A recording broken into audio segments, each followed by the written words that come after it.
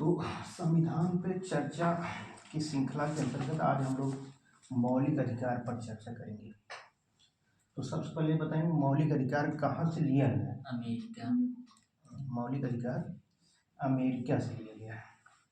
ठीक, तो मौलिक अधिकार जो अमेरिका से लिया, कितने मौलिक अधिकार हैं? 6 मौलिक अधिकार हैं। सबसे पहला क्या है? समता एवं समानता का अधिकार। दूसरा स्वतंत्रता का अधिकार। तीसरा शोषण के विरुद्ध अधिकार। चौथा धार्मिक स्वतंत्रता का अधिकार। पांचवा संस्कृति एवं शिक्षा का अधिकार। और छठा संवैधानिक उपचारों का अधिकार। संवैधानिक उपचारों का अधिकार। तो मौलिक अधिकार आप जानते हैं कि किसी न किसी देश के अंदर बंधे होते हैं। मौलिक अधिकार जौन भारत के लोगों को मिला है ये नहीं सबको मिल जाएगी। जौन मौलिक अधिकार छाटिया है ये भारत के लोगों को मिला है और भारत में रहेंगे तभी मिले। ये नहीं कि भारत के लोग चला जाए विदेश में मिले, नहीं रहेंगे तभी मिले। लेकिन जो एक मानवाधिकार है वो दुनिया में जो धरती पाए है सबको मिला है, एक मानवाधिकार। इसलिए पूरे विश्व के देश मिलकर 10 दिसंबर को मानवाधिकार दिवस मनाते हैं। मानवाधिकार दिवस मनाते हैं। तो जो मौलिक अधिकार है भारतीय संविधान में मूल रूप से रखा गया है। ठीक, इसलिए मौलिक अधिकार को भारतीय संविधान का मैग्ना कार्टा या मौलिक अधिकार को भाग 3 में रखा गया जो कि अमेरिका से लिया गया। अब मौलिक अधिकार अनुच्छेद 12 से लेकर 35 तक 12 से लेकर 35 तक इसका उल्लेख किया गया है। 12 से 35 तक। तो 12 में क्या है? राज्य की परिभाषा। यानी भारतीय संविधान के अनुच्छेद 12 में राज्य की परिभाषा दी गई। चाहे राज्य से जुड़ा हुआ चाहे प्रत्यक्ष हो चाहे अप्रत्यक्ष हो, कोई भी संस्था हो, अगर राज्य से मतलब सरकार सहयोग कर रहा है तो उसको हम क्या कहेंगे? राज्य कहेंगे। अगर किसी व्यक्ति के मौलिक अधिकार का उल्लंघन हो रहा है तो कौन जिम्मेदार होगा? राज्य होगा। और राज्य का मतलब कौन हो? केवल राज्य उत्तर प्रदेश, मध्य प्रदेश, बिहार नहीं, कौन संस्था भी क्या होगी? राज्य होगी। ठीक, अनुच्छेद 13 में क्या है? तो अनुच्छेद 13 में है विधि की परिभाषा। अनुच्छेद 13 में विधि की परिभाषा। अनुच्छेद 13 में साफ साफ लिखा है कि कोई भी कानून जो संविधान से मेल नहीं खाता है उसको सुप्रीम कोर्ट क्या करेगी? खत्म कर देगी। कहे सुप्रीम कोर्ट ही केवल करेगी? सुप्रीम कोर्ट संविधान का अभिभावक है। सुप्रीम कोर्ट ही संविधान का अभिभावक है, इसलिए सुप्रीम कोर्ट ही इसको क्या करेगी? रद्द कर सकती है। आप जानते हो कि इंडियन पैनल कोड है आईपीसी, ये 1860 में बना। इसमें बहुत सारी धाराएं जो संविधान से मेल नहीं खाती, जिसको सुप्रीम कोर्ट ने क्या किया? रद्द कर दिया। उसको रद्द कर दिया। जो समता एवं समानता का अधिकार है वो 14 से लेकर कहाँ तक है? 18 तक। 14 से 18 तक समता एवं समानता का अधिकार है। तो विधि के समक्ष समानता किस अनुच्छेद में है? 14। विधि के समक्ष समानता 14 में है और विधियों का समान संरक्षण भी 14 में। यानी मौलिक अधिकार में बताया गया है कानून की निगाह में जो कानून की आँख किया है ओकरे सामने सब बराबर है।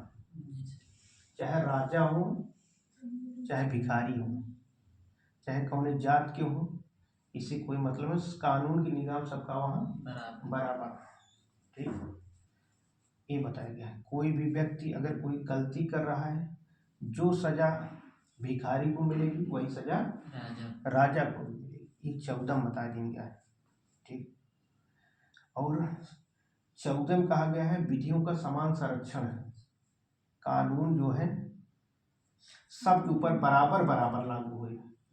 ऐसा नहीं है कि ये राजा हैं तो इनके ऊपर नरम कानून लागू हुए, जी भिखारी हैं उनके ऊपर टाइट कानून लागू हुए, कठोर कानून लागू हुए, ऐसा कुछ नहीं कहा गया है। ये अनुच्छेद किस में कहा गया है? 14 में। 15 में कह दिया गया है धर्म, जाति, लिंग, जन्म स्थान और मूल वंश, इस आधार पर क्या होगी? समानता होगी। मौलिक अधिकार केवल जो पढ़ रहे हैं, जो तैयारी करें, उन्हीं के लिए नहीं जरूरी है। जो भारत में रह रहा है सबको जानना चाहिए कि हमारा मौलिक अधिकार क्या है। तो किसी भी धर्म के हो, किसी भी जात के हो, चाहे कोनो लिंग के हो, चाहे भारत में कहीं पैदा हुए हों, चाहे जिस वंश में पैदा हुए हैं, कानून के निजाम सब कहाँ है? बराबर। लेकिन अनुच्छेद 15(3) में कहा गया कि जो राज्य है महिलाओं और बच्चों के लिए कुछ विशेष उपबंध कर सकती है, महिलाओं और बच्चों के लिए। यानी जैसे आप देखते हैं कहीं लाइन लगी है तो महिलाओं को विशेष छूट दे दी जाती है कि आप लाइन लगाएं, आपका काम तुरंत हो जाए।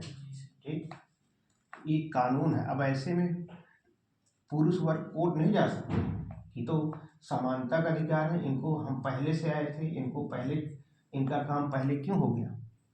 ऐसा नहीं हो सकता, क्योंकि 15(3) में साफ साफ कहा गया है कि महिलाओं और बच्चों के लिए विशेष उपबंध किया जा सकता है।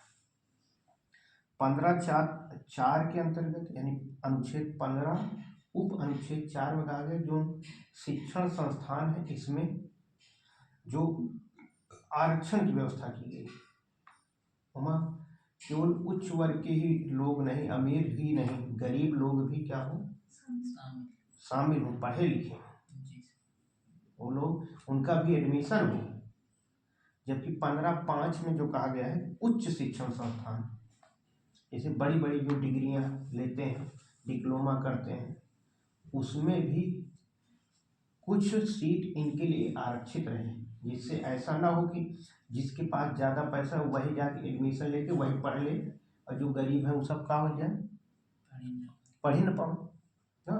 तो ऐसा नहीं, इसलिए कुछ सीटें निर्धारित कर दिया है कि इतनी सीट अनुसूचित जात के लिए रहेगी, इतनी सीट अनुसूचित जनजाति के लिए रहेगी, इतनी सीट अन्य पिछड़ा वर्ग के लिए रहेगी, मतलब निश्चित कहीं गया है।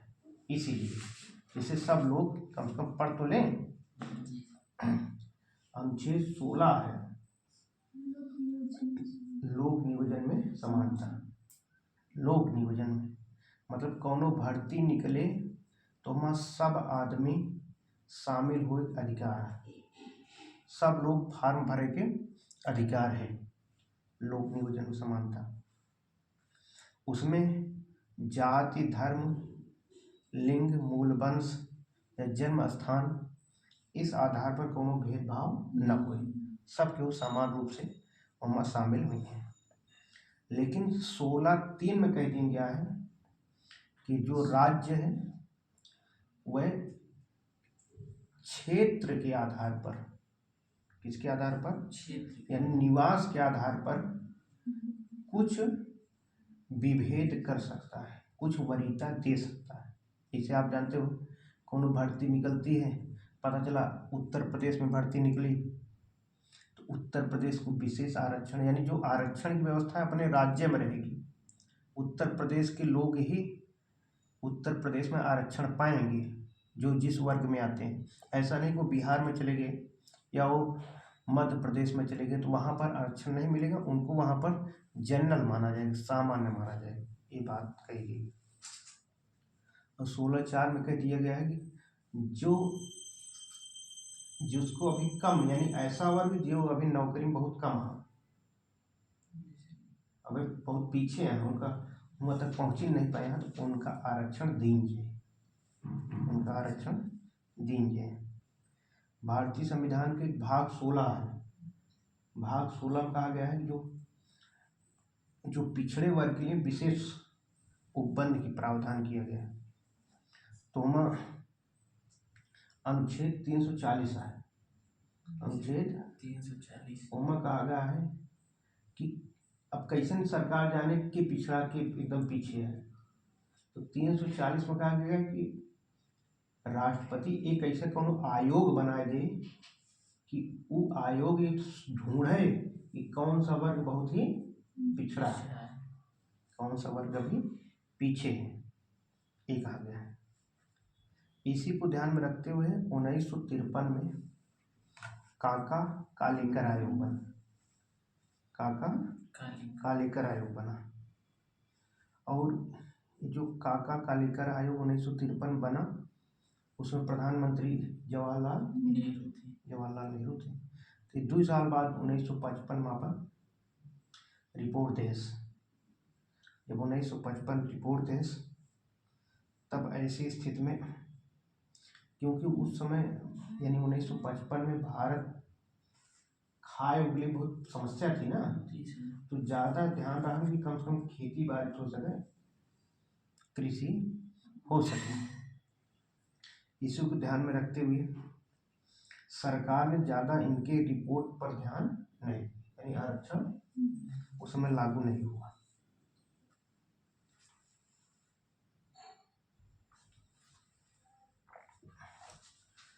काका कालेकर आयोग 1953 रिपोर्ट कब दे, 55, सरकार ध्यान नहीं दे। और उसके बाद सरकार अपन चल रही थी। 1964 में जवाहरलाल नेहरू का निधन हो गया, लाल बहादुर शास्त्री आए, 1966 में उनका भी निधन हो गया। तो उसके बाद इंदिरा गांधी आ गई, इंदिरा गांधी लगातार रहीं, तो आप जानते हो 1971 में भी आपातकाल लगा था, 75 में भी आपातकाल लग गया। हालांकि 71 में आपातकाल लगा तो भाई पाकिस्तान के साथ लड़ाई हुई थी, लेकिन जब 75 में लगा तो वहाँ कौन लड़ाई भाई ना, आंतरिक गड़बड़ी के आधार लगा दी। ऐसी जनता बहुत रुष्ट होगी, इंदिरा गांधी से नाराज होगी। और 1977 में जब चुनाव हुआ तो मोरारजी देसाई प्रधानमंत्री बन गए। तो कई बार तो ये प्रश्न पूछ लेता है कि भारत के पहले गैर कांग्रेसी प्रधानमंत्री कौन थे? मोरारजी देसाई। मोरारजी देसाई है, तो इन्होंने फिर से एक आयोग बनाया, यानी उनके समय का आयोग बना बीपी मंडल आयोग, बिंदेश्वरी प्रसाद मंडल आयोग बना। जो बीपी मंडल आयोग बना था 1978 में, 1980 में अपन रिपोर्ट सरकार के देश। जब तक ये बीपी मंडल आयोग अपन सिफारिश सरकार के देश, तब तक मोरारजी देसाई सरकार गिर चुकी थी और नई सरकार फिर से इंदिरा गांधी आई। तो जनते हैं राजनीति एक प्रतिशोध होता रहता है, तो उस पर ध्यान नहीं दिया गया। और जो बीपी मंडल आयोग सिफारिश की थी, सरकार ने उसको ठंडे बस्ते में रख दिया। 1990 में जो बीपी सिंह, विश्वनाथ प्रताप सिंह का बने प्रधानमंत्री। जब 1990 में विश्वनाथ प्रताप सिंह प्रधानमंत्री बने, तो उन्हें मंडल आयोग की सिफारिश लागू कर दिया। और मंडल आयोग सिफारिश करे कि जो अन्य पिछड़ा वर्ग है उनका 27% आरक्षण दिया है, 27% आरक्षण। इस प्रकार बीपी मंडल की सिफारिश पर 27% आरक्षण देंगे। तो आरक्षण की बात भारतीय संविधान के अनुच्छेद 16(4) में दिया गया। बाद में ये कहा गया कि भाई जो सामान्य वर्ग के लोग हैं उनको भी आरक्षण दिया जाना चाहिए, जो गरीब यानी गरीब सवर्ण, उनको भी आरक्षण मिलना चाहिए। इस पर इंदिरा साहनी सुप्रीम कोर्ट गई। 1992 में सुप्रीम कोर्ट बताया, देखा मतलब जिसको कहते हैं कि आर्थिक आधार पर यानी आर्थिक आधार पर आरक्षण नहीं दिया जाएगा। ठीक, आरक्षण मिले तो SC ST OBC को मिले, सामान्य का आरक्षण न मिले, ऐसा नहीं है आर्थिक आधार पर। लेकिन अभी आप जानते हो 2019 में संविधान का 103वां संशोधन कर दिया गया और बताया गया कि अब 10% आरक्षण जो गरीब सवर्ण है उनको भी मिलेगा, यानी EWS जिसको कहते हैं मिलेगा। और 1992 में जो सुप्रीम कोर्ट एक और बात कही थी कि आरक्षण में 50% से ज़्यादा नहीं हो सकता, 50% ज़्यादा नहीं हो सकता। अब आप जानते हैं 50% से ज़्यादा हो गया है। इसके खिलाफ कुछ लोग सुप्रीम कोर्ट हो गए, तो ऐसे में सुप्रीम कोर्ट ने इसको जायज़ ठहराया, यानी सुप्रीम कोर्ट अपने पहले के फैसले को बदल दिया। यानी सुप्रीम कोर्ट कह रही कि आर्थिक आधार पर आरक्षण न मिले, अब आरक्षण 50% से ज़्यादा ना हो चाहिए। लेकिन अभी हाल ही में सुप्रीम कोर्ट ने 1992 के जो फैसला दिया था उसको पलट दिया और कहा कि आर्थिक आधार पर दिया जा सकता है और आरक्षण 50% से ऊपर भी हो सकता है। ये बता दें, ये सब बता दिया गया। तो ये सब आरक्षण नौकरी में ये सब 16 अनुच्छेद 16 से संबंधित है। तो ये सब 16 से संबंधित है। अनुच्छेद 17 क्या है? अस्पृश्यता का अंत। अस्पृश्यता मतलब छुआछूत, यानी भारत में जाति व्यवस्था में बहुत ज़्यादा भेदभाव था, तभी तो संविधान में लाया गया छुआछूत का अंत। इसके लिए कानून भी बनाया गया 1955 में, नागरिक अधिकार संरक्षण अधिनियम। कौन सा? नागरिक अधिकार संरक्षण, नागरिक अधिकार संरक्षण अधिनियम। जबकि 1989 में SC ST एक्ट, मतलब अगर कोई छुआछूत को भेदभाव करता है तो उसके खिलाफ SC ST एक्ट लगाया जाएगा। ऐसा कानून कब बना? 1989 में। कब बना? 1989 में। तो छुआछूत भेदभाव नहीं हो सकता है। अनुच्छेद 17। अनुच्छेद 18 क्या है? उपाधियों का अंत। उपाधियों का अंत है, यानी पहले लोग लगाते थे सम्राट हैं, ये हैं, वो हैं, राजा हैं, ऐसे ऐसे उपाधि नहीं, वो सब उपाधि अब समाप्त कर दी गई। कोई बादशाह की उपाधि धारण कर रहा है, कोई बादशाह की उपाधि धारण कर रहा है, कोई सुल्तान की उपाधि धारण कर रहा है, ये सब उपाधि अब समाप्त।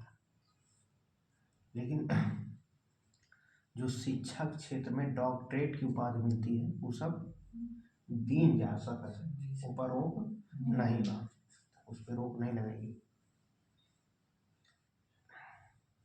तो 14 से लेके समता एवं समानता का अधिकार, 19 से लेके 22 तक स्वतंत्रता का अधिकार।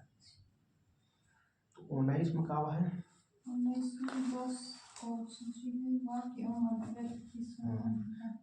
में कई स्वतंत्रता है, जैसे वाक्य यानी कुछ बोल सकता है, स्वतंत्र है, मतलब अपन विचार व्यक्त कर सकते हो, इसके लिए स्वतंत्र हो।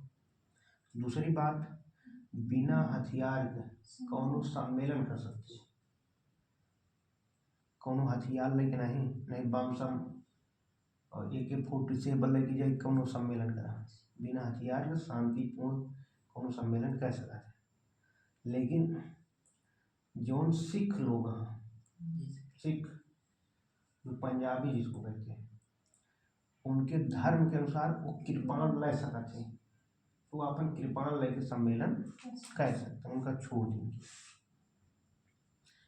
इसी 19 में कहा गया है कौनो संघ आप बना सकते हो, मतलब कौनो संगठन आप बना सकते हो। अब संगठन और 19 कहा गया कि भारत में कतो घूम सकत है, चाहे केरल चला जा, चाहे पश्चिम बंगाल चला जा, चाहे गुजरात चला जा, चाहे जम्मू कश्मीर चला जा, कतो जा सकत है, घूम सकत है। 19 कहा गया है कि भारत के कोने कोने में जाए के अपन जमीन खरीद के घर और बना सकत, वहाँ रह सकत, ये रोक नहीं। और यही कहा गया है 19 में कि भारत में कौनो कोने में जाके व्यापार कर सकत है, कौनो व्यापार कर सकत है।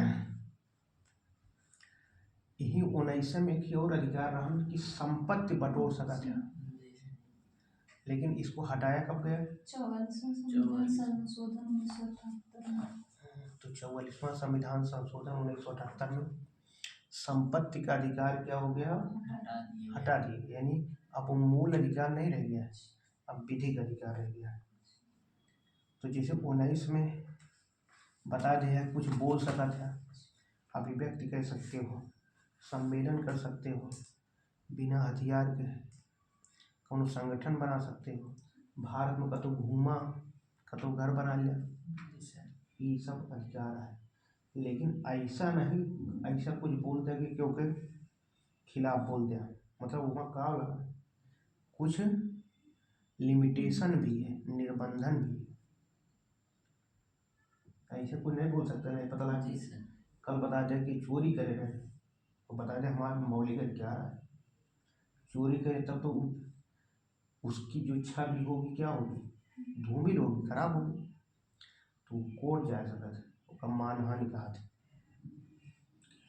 अभिव्यक्ति में जैसे कुछ आप जान सकते हो, सूचना का अधिकार लागू हुआ है, कब लागू हुआ? 2005 में सूचना का अधिकार, कोनो सूचना ले सकते हैं, क्योंकि इसी के आधार पर लागू हुआ है कि हम किसी की कुछ हम बोल सकते हैं, तभी बोल सकते जब हमका जानकारी रहे तब, ठीक, बिना जानकारी के हम नहीं बोल सकते। अभिव्यक्ति की स्वतंत्रता के अंतर्गत 2000 ईस्वी में, कब? अनुच्छेद 2000 ईस्वी में, सन 2000 ईस्वी में एक जने रहे नवीन जिंदल, वो कहन हम अपने घरे तिरंगा लगाओ, सुप्रीम कोर्ट चला गया। तो सुप्रीम कोर्ट ने कहा भाई तिरंगा सब लगा सकते हैं, 2000 से पहले ऐसा व्यवस्था नहीं था, लेकिन सन 2000 में आई है, तिरंगा सब लगा सकते हैं। अब जिसे बोल सकते हो, लेकिन ऐसा नहीं बोल सकते हो जिससे किसी की मान सम्मान नष्ट हो, ठीक। सम्मेलन कर सकते हो, लेकिन ऐसे समय सम्मेलन नहीं कर सकते हो जैसे कोनो महामारी फैली हुई, भाई कोरोना फैल गया, अब वो सम्मेलन कर पर दुनिया कोरोना फैले नहीं, हाँ, तो ऊपर रोक लगाया गया है। ऐसा संगठन नहीं बना सकते हो कि जो देश की एकता और अखंडता करे, तोड़े। आप आतंकवादी संगठन बना ले, बता दिया कि हमारे मौलिक अधिकार है संघ बनाओ, तो ऐसा नहीं बना सकते, ठीक, रोका है। अनुच्छेद 20 में क्या है?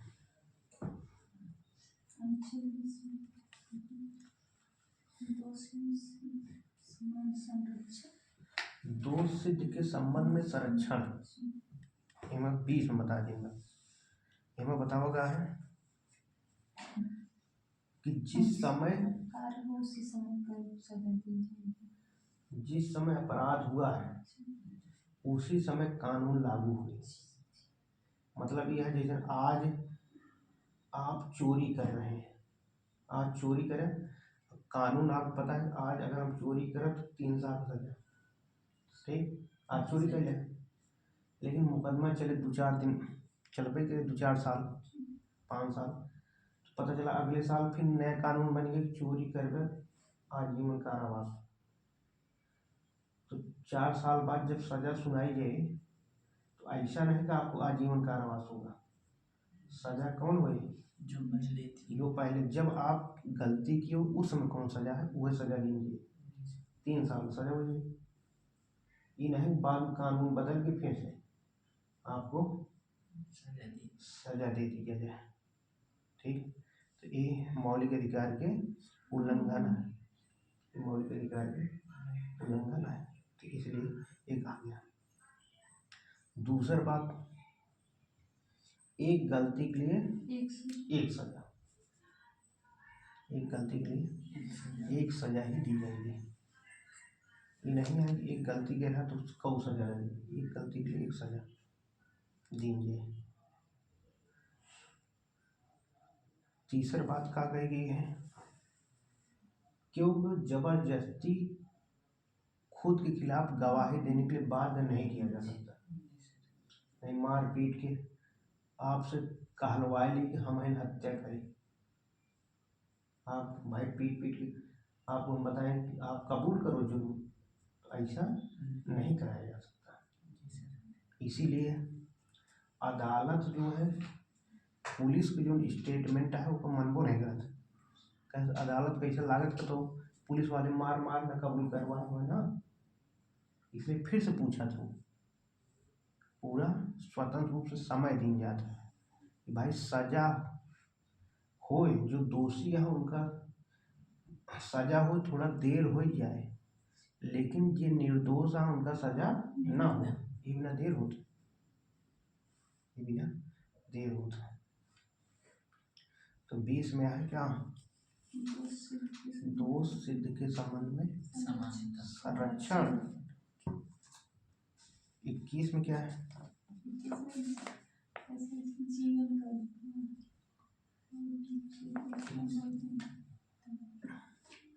21 में है जीवन का अधिकार, यानी हवा पानी जीवन घर ये सब अधिकार के होगा 21 में। इसी में है 21 में विदेश जाने का अधिकार, आप जा सकते हैं। 21 में है निजता का अधिकार, कुचिदापन का कह सकता है, छिपा सकता है कि वो का पूछे न, निजता का अधिकार। स्वच्छ हवा लेने का अधिकार भी 21 में बा। सोने का अधिकार 21 में है, मतलब आप भरपूर नींद ले सकते हो। अगर नींद से कोई कर जगाता है तो आप कोर्ट जा सकते हो कि इन्होंने नींद में क्या किया, मुझे जगाया, मतलब खलल डाला, तो कोर्ट जा सकते हो। तो जीवन का अधिकार 21 में है, लेकिन मरे का अधिकार नहीं, मरे का अधिकार है, मरने का अधिकार इसमें नहीं। लेकिन अगर कौनो ऐसी बीमारी हुई है जिसमें 4 डॉक्टर मिलकर बता दें कि ये आदमी अब बचे ना, ये आदमी अब बचे ना, ये मर जाए, तो ऐसी स्थिति में उनको मतलब कौनो सुई दे के मारा जा सकता है। जानता है कि ये आदमी अब कौनो काम का नहीं है, ठीक, तब ऐसी स्थिति में उनको मारा जा सकता है। 2011 में एक महिला थी अरुणा शानबाग, उसका पता नहीं क्या हो गया था कि वो 35 साल से कोमा में थी, मतलब बेड पर ही पड़ी थी, सांस आ जा रही थी बस, और कुछ काम नहीं कर पाए 35 साल से। तब सुप्रीम कोर्ट वो चली गई भाई कि हमको क्या किया जाए, मरने का अधिकार दे दिया जाए, मर जाए, इतना दिन से पड़े। तब सुप्रीम कोर्ट ने आदेश दिया कि 4 डॉक्टर की टीम एक बतावें कि ये अब ठीक नहीं होंगी, तब जाएगी का हुए, तब मरने का अधिकार आपको दिया जाएगा। ठीक आ गया। अनुच्छेद 22 में क्या है,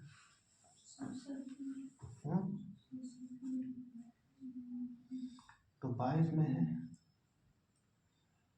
कुछ दशाओं में गिरफ्तारी से संरक्षण।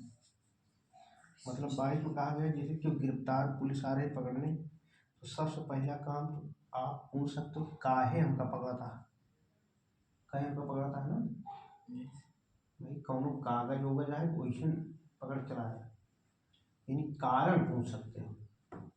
दूसरी अधिकार है कि आप कौनो वकील से संपर्क कर सकते हो, सलाह ले सकते हो। ठीक, अगर क्यों वकील आपको नहीं मिलता है तो सरकार खुद वकील आपको दे कि आप इनसे बात कर सकते हो। कभी कभी कहा होता है कि आदमी निर्दोष है और अपनी बात कैसी का है, तो वकील से अपन बात कह के होगा अदालत में रखवा सकते हैं। तीसरी बात है पुलिस जब पकड़े तो 24 घंटे के अंदर मजिस्ट्रेट के सामने पेश करे। अब मजिस्ट्रेट चाहे तो उनका जेल भेज दे और चाहे तो पुलिस रिमांड पे भेज दे। अगर पुलिस मांगत है कि भाई इनका हमका दे दिया, पूछक पाछक ना कुछ जानकारी लेके बा, तो हम का करें, जेल ना भेज के रिमांड में भेज दे। लेकिन कुछ अपराधी यहाँ वो सोचा कि पुलिस के पास जा तो बहुत पूछिए मरिए पीटिए, इसलिए हमका कहाँ भेजते हैं, जेल। कहा गया सब 22 में है। एक है अनुच्छेद 21A शिक्षा का अधिकार, निःशुल्क शिक्षा का अधिकार। ये पहले नहीं रहा, 86वां संविधान संशोधन 2002 को जोड़ देंगे।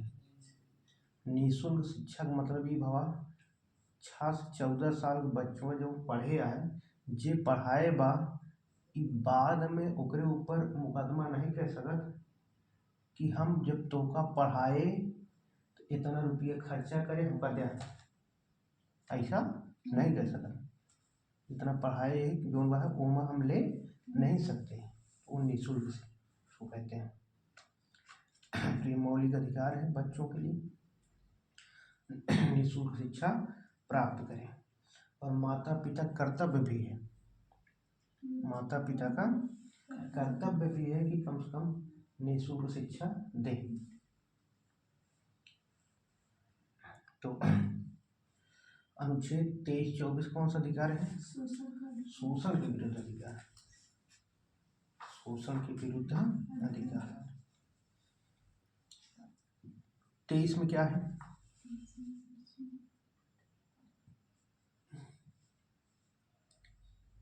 अनुच्छेद 23 में है मानव दुर्व्यापार और बलात्श्रम पर रोक।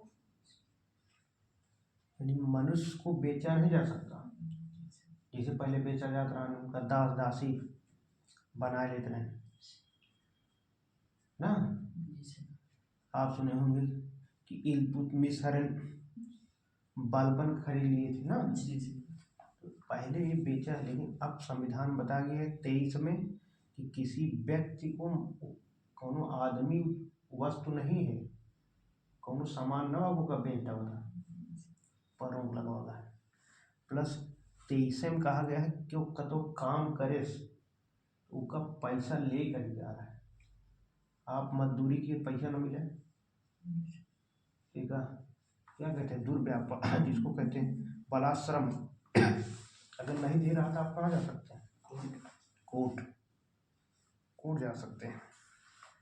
बहुत सारी प्रथा पहले चल रही थी, हरवाह प्रथा आप सुने होंगे उत्तर प्रदेश में, सांगड़ी प्रथा राजस्थान में, एक सब तो कहा गिन गया रोक लगा देंगे। देखा ऐसा नहीं है, एमा का जबरदस्ती का है, हमें नहीं काम करा 10 दिन पैसा लग जा 2 दिन खाते, 5 दिन वैसे बेगारी करा ना, इस सब पर रोक लगा देंगे। कौन अनुच्छेद में 23। 24 में क्या है,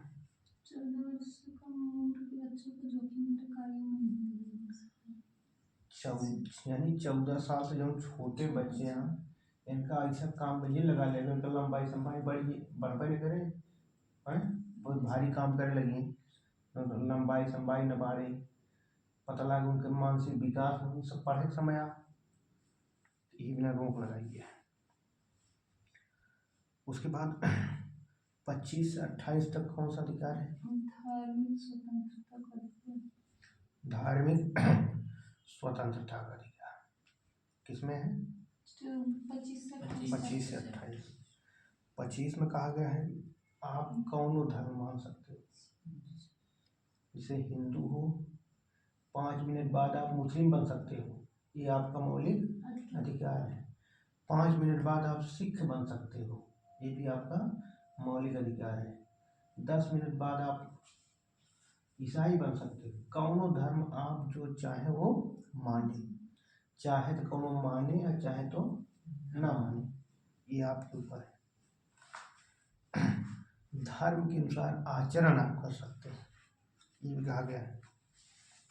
धर्म के अनुसार जैसे वो आचरण आप कर सकते हैं, इसके लिए भी रोक नहीं लगाएंगे। आप सुने होंगे एक प्रथा, संधारा प्रथा। इनमें का रहा है जैन धर्म में जो आदमी मरा थी, जैन धर्म में जो आदमी मरा थी कैसे मरते हैं? ये अपने जैसे छोट कमरा है, इसी कमर या कमरे में कहीं कौन पार जाए बैठ जाते, न कुछ खाएंगे न कुछ पिएंगे, तो धीरे धीरे मर जाएंगे। न कुछ खाना है न कुछ पीना, तो मर जाएंगे। तो इस पे क्या किया गया है? रोक लगाया गया। ऐसा अभी कुछ दिन पहले रोक लगाई गई। हाई कोर्ट ने कहा तो आत्महत्या हुई, ये क्या है? आत्महत्या है। उसी प्रकार एक आप सुने होंगे तलाक बिद्दत मुस्लिम में, हाँ, उसको उन्होंने कहा ये धर्म का अनुरूप है, और अनुच्छेद 25 में कहा गया कि आप धर्म के अनुरूप चल सकते हैं। लेकिन सुप्रीम कोर्ट ने कहा ये धर्म के अनुरूप नहीं है, धर्म के अनुरूप नहीं है, ये तो धर्म के खिलाफ है, तो शोषण है, महिलाओं का शोषण है। इसमें रोक लगा दिए गए सुप्रीम कोर्ट 2017 में। एक शाहीना बानो थी, सुप्रीम कोर्ट चली गई थी इस मामले में। सुप्रीम कोर्ट ने इसमें क्या किया? रोक लगाया, इस पर रोक लगा दिया। अब देखा 25 में भी कहा गया है कि आप अपन धर्म का प्रचार प्रसार कर सकते हैं, लेकिन ऐसा ना हो कौन स्वास्थ्य संबंधी समस्या हो जाए, ऊपर रोक लगाया जा सके।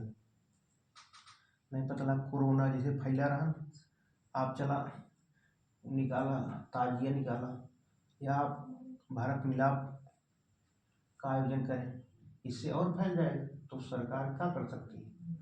रोक लगा सकती है, उस पर रोक लगा सकती है। भाई इस पे अभी दिक्कत है, अभी नहीं हो सकता। आप कौनो धर्म मान सकते हैं, कौनो धर्म बदल सकते हैं, लेकिन लालच में अगर धर्म चेंज कर रहे हैं तो इस पर सरकार क्या कर सकती है? रोक लगा सकती है।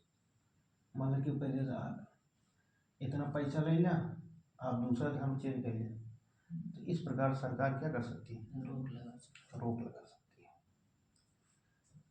अनुच्छेद 25 में भी कहा गया है हिंदू का मतलब इसी हिंदू में जैन भी आएंगे, बौद्ध भी आएंगे, सिख भी आएंगे।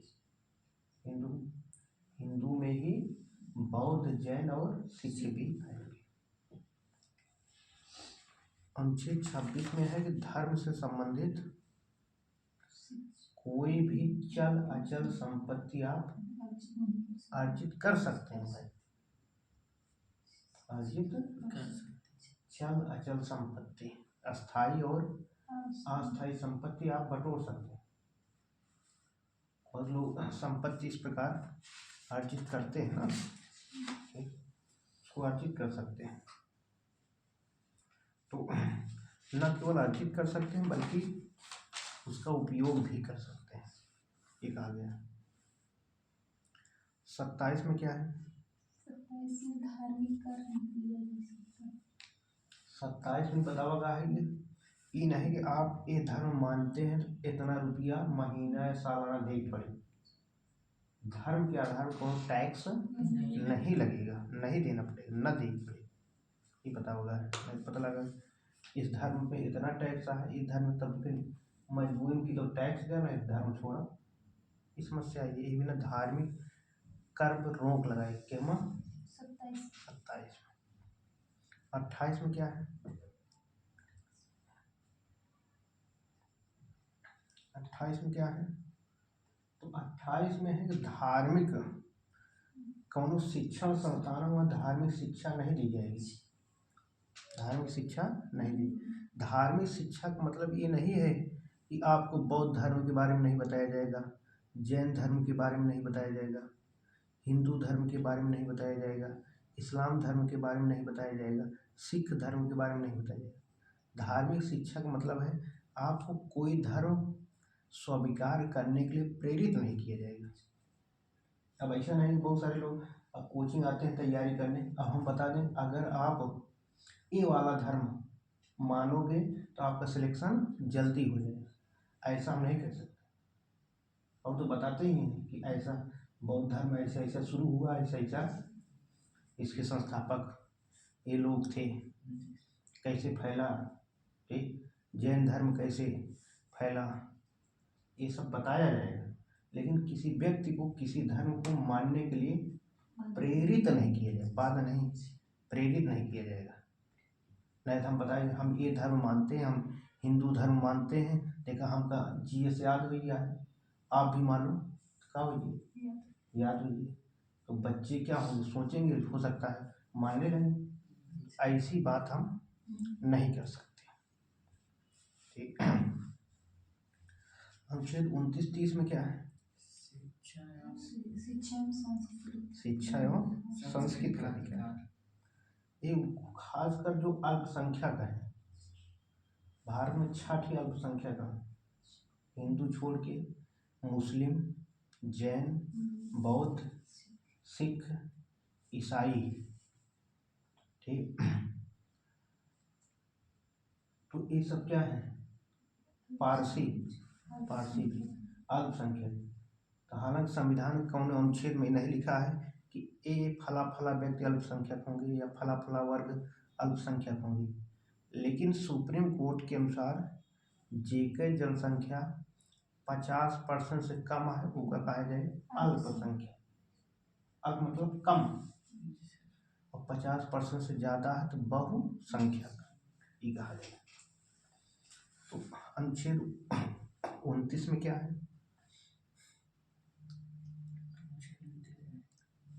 अनुच्छेद 29 में कहा कि जो अल्पसंख्यक वर्ग ये अपन भाषा और लिपि और संस्कृति एक बनाए रख सकते, जो परंपरा पहले चली आवती है उसका अपन बचाए रख सकते, ठीक। ये उनके पावर है, अधिकार है।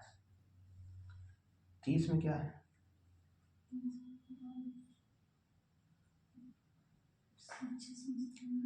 जो अल्पसंख्यक वर्ग है शिक्षण संस्थान क्या कर सकते हैं? स्थापित कर सकते हैं। न केवल स्थापित कर सकते हैं बल्कि उसका मैनेजमेंट खुद कर सकते हैं। ये भी पावर इनको दिया गया। अनुच्छेद 31 में क्या है?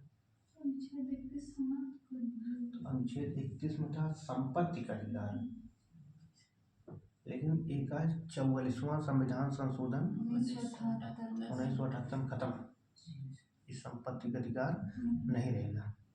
तो जो मौलिक अधिकार था वो का अब विधिक अधिकार बना दिए गए। सरकार चाहे तो आपके पास संपत्ति रहेगी और चाहे तो नहीं रहेगी। अगर मौलिक अधिकार है, अगर रहता तो आपका एक मौलिक अधिकार होता कि हमारे पास संपत्ति रहेगी। अब सरकार कौन कानून बना देगा, आपके पास जितनी संपत्ति सब सरकारी, खत्म, ठीक। 32 में क्या है? संवैधानिक उपचारों का अधिकार। संवैधानिक उपचारों का अधिकार इसमें मतलब जितना अधिकार है, जैसे अनुच्छेद 14 में कानून की निगाह में सब बराबर, अनुच्छेद 15 में धर्म जाति लिंग के आधार पर सब बराबर, अनुच्छेद 16 में लोक नियोजन में सब बराबर, अनुच्छेद 17 में अस्पृश्यता का अंत यानी छुआछूत का अंत, अनुच्छेद 18 में उपाधियों का अंत, अनुच्छेद 19 में बोलने की स्वतंत्रता, अनुच्छेद 20 में दोष सिद्ध के संबंध में संरक्षण, अनुच्छेद 21 में प्राण एवं दैहिक स्वतंत्रता, अनुच्छेद 22 में दोष सिद्ध के अनुच्छेद 22 में कुछ दशाओं में गिरफ्तारी से संरक्षण, अनुच्छेद 23 में आप जानते हैं कि मानव दुर्व्यापार एवं बलात्श्रम पर रोक। अनुच्छेद 24 में 6 से 14 साल के बच्चों को जोखिम भरे कार्यों में नहीं लगाया जा सकता। अनुच्छेद 25 में अंतःकरण की स्वतंत्रता, यानी जौन चाहे वह धर्म आप मानिए। अनुच्छेद 26 में धार्मिक प्रबंध की स्वतंत्रता। अनुच्छेद 27 में धार्मिक कर पर रोक। अनुच्छेद 28 में जो किसी स्कूल में धार्मिक शिक्षा नहीं दी जाएगी। या अनुच्छेद 29 में अल्पसंख्यक वर्ग अपनी भाषा, अपने संस्कृति, अपनी लिपि उसको बचाए रखते हैं। अनुच्छेद 30 में जो अल्पसंख्यक वर्ग हैं अपनी शिक्षा संस्थान स्थापित कर सकते हैं और उसका प्रबंधन कर सकते हैं। ये जितना अधिकारवा है, अगर मान लो ना मिले तो क्या कर गया, मान लिया आप मौलिक अधिकार मिले, कानून के निजाम सब बराबर, जी सर। आपने चोरी किया तो आपको जेल भेज दें, आप पड़ोसी चोरी करें तो उनका कुछ पकड़बे न भाई, उनका छोड़ दें, जा तू बड़वार आदमी है, ठीक। तो ऐसी स्थिति में आप जा सकते हैं डायरेक्ट अनुच्छेद 32 के तहत सुप्रीम कोर्ट, और कोनो मामला में नहीं जा सकता है, जी सर। और कोनो मामला में। लेकिन अगर मौलिक अधिकार उल्लंघन है तो कहाँ जाते हैं, सुप्रीम कोर्ट। Supreme Court. ई पावर है संविधान में, इसलिए अनुच्छेद 32 को डॉक्टर भीमराव अम्बेडकर का कहें आत्मा। यह मेन आत्मा है कि अगर कतौ न मिले तो हम कतौ क्यों कह सकी कि देखा हमका ये होता नहीं बा, तो सुप्रीम कोर्ट डायरेक्ट सुन सकता है इसमें। किसमें? 32 में। सुप्रीम कोर्ट 5 प्रकार की रिटें भी जारी करती है, 5 प्रकार। नंबर 1 होता है बंदी प्रत्यक्षीकरण। क्या बटे बंदी प्रत्यक्षीकरण, इसको अंग्रेजी में हाइबियस कार्पस कहते हैं। जैसे जबरदस्ती आपको पुलिस बंद कर दे। अब ऐसी स्थिति में एक पता चला है कि आपको गलत तरीके से बंद किया गया है, ठीक। तो और तब सुप्रीम कोर्ट आपको अपने सामने पूछताछ के लिए बुलाने के लिए डायरेक्ट कौन जारी करेगी? बंदी प्रत्यक्षीकरण, एक रिट जारी करेगी। आप सीधा घरे अपने पास बुलाए, अगर देखी कि हाँ आपको गलत तरीके से बंद किया गया तो आपको क्या करेगी? रिहा कर दिया जाएगा। एक होता है परमादेश। परमादेश अंग्रेजी मैंडमस।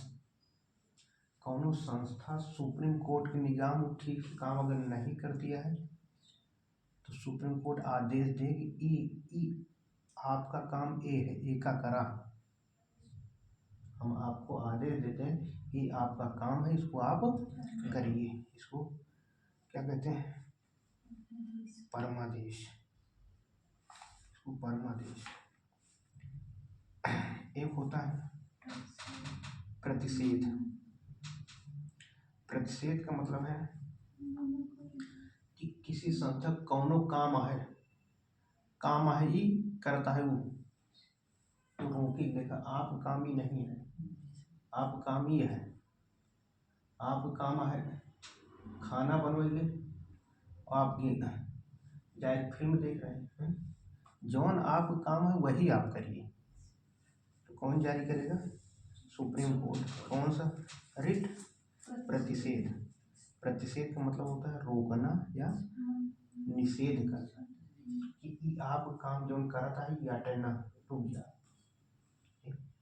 एक है उत्प्रेक्षण।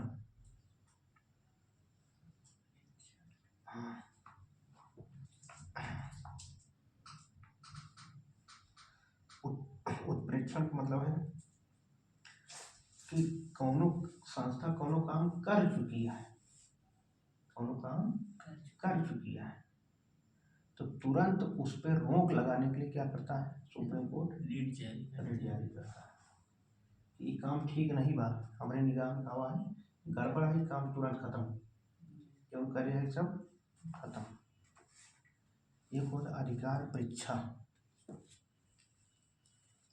अधिकार परीक्षा। अधिकार परीक्षा, इसको अंग्रेजी में कोवारंटो कहते हैं। अधिकार परीक्षा का मतलब है जैसे कि वो काम करता है तो सुप्रीम कोर्ट पूछ सकता है कि आपके पास का पावर है जो नहीं कर रहा, कौन अधिकार ले यहाँ, कौन अधिकार के तहत ये काम आप कर रहे हैं, कि पूछे। Supreme court. मतलब कोई अवैध तरीके से कौन पद ग्रहण कर लिया है कोई व्यक्ति, ठीक, तब वो पूछेगा आप किस अधिकार से इस कुर्सी पर बैठे हैं, तो कौन पूछेगा, सुप्रीम कोर्ट। तो जो अनुच्छेद 32 के तहत सुप्रीम कोर्ट 5 रिट, कितनी, 5 रिट जारी करती है, जबकि अनुच्छेद 226 के तहत हाई कोर्ट रिट जारी। हाई कोर्ट रिट जारी कर सकती है, 5 से ज़्यादा भी जारी कर सकती है। इसलिए कहा गया है रिट जारी करने के मामले में सुप्रीम कोर्ट से ज़्यादा पावर किसको है, हाई कोर्ट हाई के कोर्ट पास। को। हाई कोर्ट के पास ज़्यादा पावर है। मौलिक अधिकार में ही अनुच्छेद 33 आता है। इसमें क्या, जो सैन्य बल है जैसे पुलिस है, सशस्त्र बल है, संसद चाहे इनके पावर को का कह सकता है, कम कह सकता है। संसद इनके पावर को, इनके अधिकार को कम कर सकती है, ठीक, इनकी पावर को कम कर सकती है संसद। जैसे ना अब सबके सामान्य नागरिक हैं, उनका अधिकार बात सोमे चाहे, अब वह अधिकार पुलिस को दे गए, ठीक, रात में क्यों फोन करे भाई हमारे कि चोर आ गया, अब पुलिस दरोगा ना भाई अब हम सो, हमारा अधिकार है, हम सोएंगे भी, सोने का अधिकार है, तो इसलिए एक आगे उनके मौलिक अधिकार कम रहे।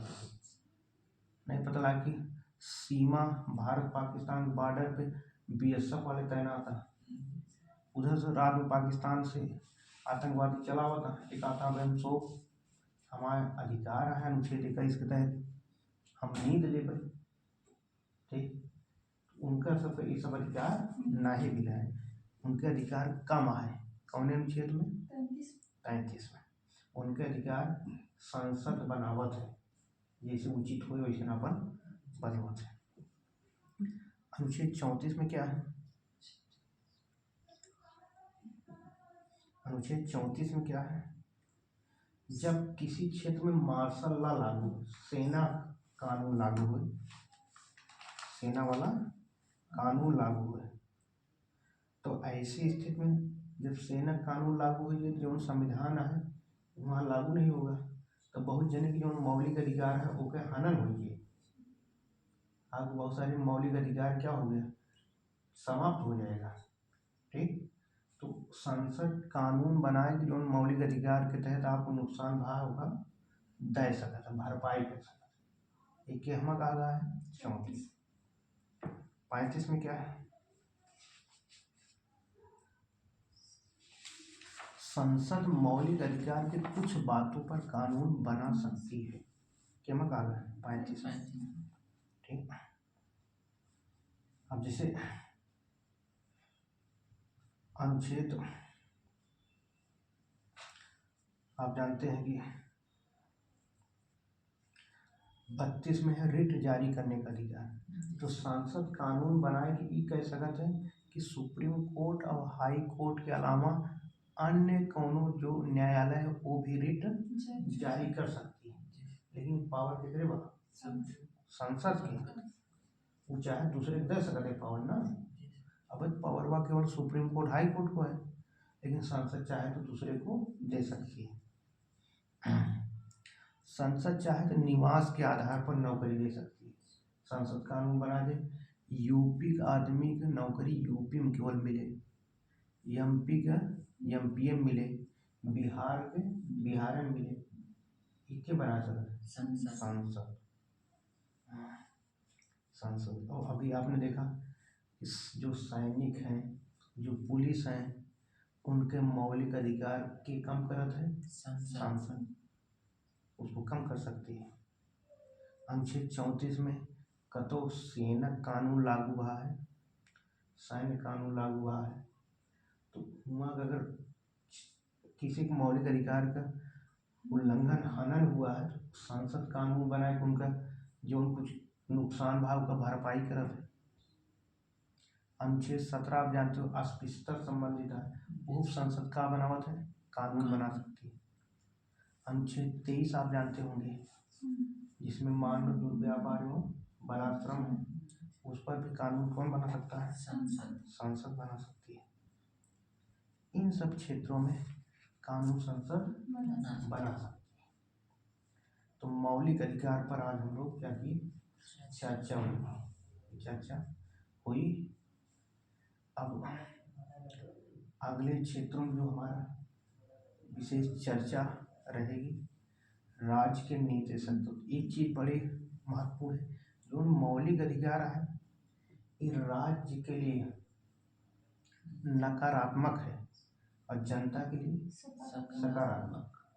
मौलिक अधिकार वाद योग है। वाद योग मतलब अगर मौलिक अधिकार का उल्लंघन बा तो कहाँ जा सकता है? चाहे सुप्रीम कोर्ट जा, चाहे मतलब कोर्ट जा सकता है। आप जो पावर है मौलिक अधिकार का तो कम ज़्यादा होता है, आप कहाँ जा सकते हैं? कोर्ट या कोर्ट जा सकते हैं। ठीक है, यानी ये वाद योग है और आपके लिए यानी जनता के लिए सकारात्मक है और राज्य के लिए नकारात्मक है। यानी जो राज्य सोचते हैं कि इनका अधिकार कम मिले और जनता सोचते हमका अधिकार ज़्यादा मिले, अधिकार ज़्यादा हमका मिला रहा है। ठीक, तो मौलिक अधिकार तो हम काफ़ी कुछ समझ आएंगे हुए। तो अगली चर्चा हम संविधान के अगले विषय पर करेंगे। तब तक के लिए जय हिंद।